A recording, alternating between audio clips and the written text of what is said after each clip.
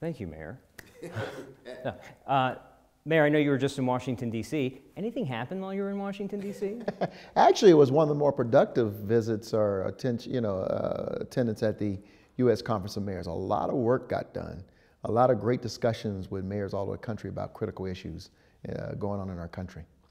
We need to ask once and for all, were you going to go visit the White House regardless of this letter that was sent from the Department of Justice, or did you make the decision because of the letter? No, so here's what happened. We received an invitation to the White House. I reluctantly RSVP'd to keep the door open. I wanted to see if there'd be indications that we would actually have a substantive conversation about infrastructure, about housing, about immigration. But I can tell you that for the most part, I did not want to attend a meeting at the White House. I didn't want to participate in theatrics. I didn't want to be a part of a photo op. I wanted to have substantive conversation. And so, I can say I was 80, 90% there of not going, And then when the letter came out, that was the straw that broke the camel's back. So, why tell the public I'm not going to go if you were leaning on not going anyways? Well, the reality is that letter came just a couple hours before the mayors were scheduled to meet. I had not made my final decision not to go.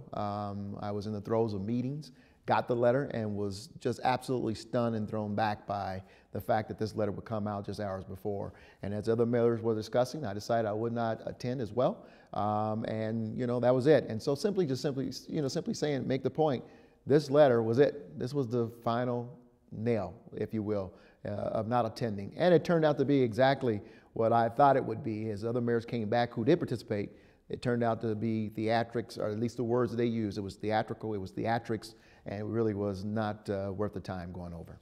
So as it relates to the Department of Justice letter, will the City of Denver comply with what the Department of Justice is asking? Oh, absolutely. What people don't talk about was that we had received a similar letter, a couple months earlier, where we actually responded to demonstrate to them what we are doing, what we are willing to do with regard to DOJ and ICE and their inquiries within regards to the city. We still believe today, and will respond to DOJ's request for more information, that we're in full compliance with the federal law in 1373, but we will not do the job that ICE is charged to do, and we'll be very clear about that. Does that mean you will turn over any kind of emails or policy statements from the chief or from your office that says this is how you should interact with? Oh, absolutely. Absolutely. Our policies have been transparent. When we announced what our strategies would be, we were very clear that we're going to train our employees on what they can ask for and what they cannot ask for, what information they can share, what information they cannot share about clients and about people who are before them. And so the reality is that that's very transparent and clear. There's nothing that we're doing in violation of the federal law. And so we have no problems whatsoever sharing that information. So if you're okay with that, what made it controversial to be the straw that broke the camel's back to not go to the White House? Well, I think it was an offense. One of the things that we have learned, and you in the media see it every day, it seems like every time there is an effort to move forward on a particular issue, there is something that the administration does to distract you, to have you go scurrying over there. You guys are victims of it every day, and it's the okie doke. And to do that with mayors who were legitimately lining themselves up, to take time from the criticalness of the issues they were discussing in conference, to come visit with the White House, to receive a letter like that right before that was just inappropriate and disrespectful to other duly elected officials who were coming in to have a conversation with you. I think there was a much better way to handle it, and I think it just continues to go as consistent with this administration's policies of really kind of disrespecting the people who walk in and that you're to kowtow to them. And here's the reality. We're not going to be intimidated. We are duly elected, sworn people, just as the president is. We will not be intimidated. We deal with stuff every day. We meet residents where they are every day. We're interacting with residents every day. We hear what our residents and our citizens want us to act on every day. And they don't count on us to kowtow or to be intimidated, particularly when we know that the law is on our side. Now, you have said that the policy as it is legal and within the standards. Do you know if the way it's being implemented by those on the ground, is that within the legal limits? We believe so, and it was designed in collaboration and leadership of our city attorney's office, with a great deal of communication with the U.S. Attorney's Office and the Attorney General. So absolutely, we believe what we're doing here at the local level is in compliance with the law. Is there any reason certain information would not be handed over?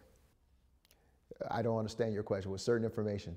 I don't know what exists in terms of policies, emails, and documents. Is there anything, like sometimes we'll do an open records request and we'll get this much and then we'll get a little bit from a lawyer that says not everything that you've requested. Yeah. That's always the case, and I think it's, I have a privilege of having, protected communication with city attorneys that, I don't know how they would handle that in dealing with the federal government, but that's possible that there be some stuff they say, this is privileged communication with the mayor and his attorneys. Homeland Security and those who want to detain the people they suspect of being here illegally have wanted to do it in jails or in the courthouse because there's no weapons at that point. It's a safer environment for them. What's wrong with that? Bring us a warrant. At the end of the day, if you know we're holding someone that you suspect to be, involved with criminal activity in the city of Denver, we're not going to do your job. Bring us a warrant, say, I need to see someone, and we will fully cooperate with the DOJ. I know we've heard from the other side that says if we have to go show up at someone's door, it puts more federal officers in a dangerous situation, and that's why we prefer to go this method. Does it matter from the city standpoint of that argument? Like if we have to show up at someone's door and something happens, remember we said we wanted to do it this safe way. Sure. If you have, we are detaining someone and we've had these circumstances that you are suspecting to be in law, bring us the proper documents. At the end of the day, that's fine. We will cooperate with you. That's all we ask. We're not going to violate, and courts have backed us up. Denver does not have to, and we won't do the job of ICE, and we will not violate the rights of that individual who's in that jail with us. Given this letter and your visit in Washington, D.C., what do you want to hear from the president tomorrow? I think it would be very helpful if the president talks about honoring people who are in this nation, whether native-born or foreign-born. 2, finding a sensible path to immigration reform in this nation, starting with honoring and protecting and solidifying our dreamers in this nation, and then implementing a sensible immigration reform in our country that gives us all clear direction and pathway.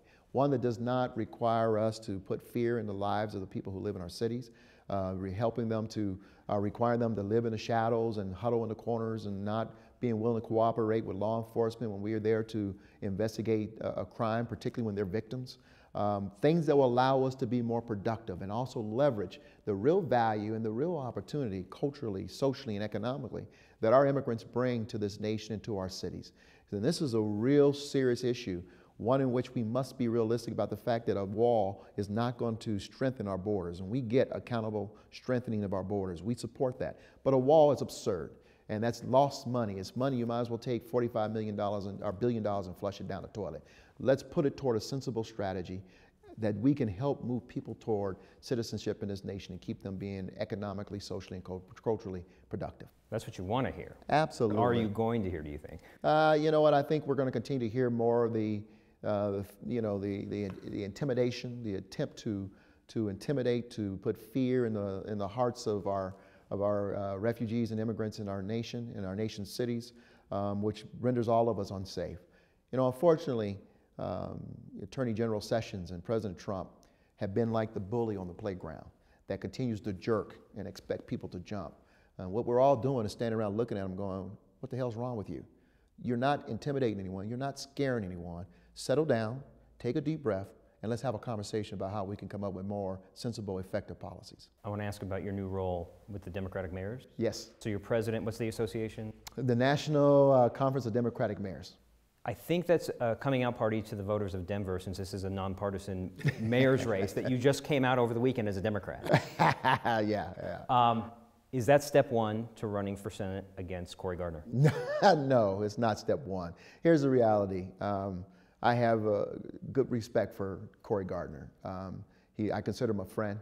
My focus is not on Cory Gardner or the U.S. Senate. My focus is on being mayor of Denver.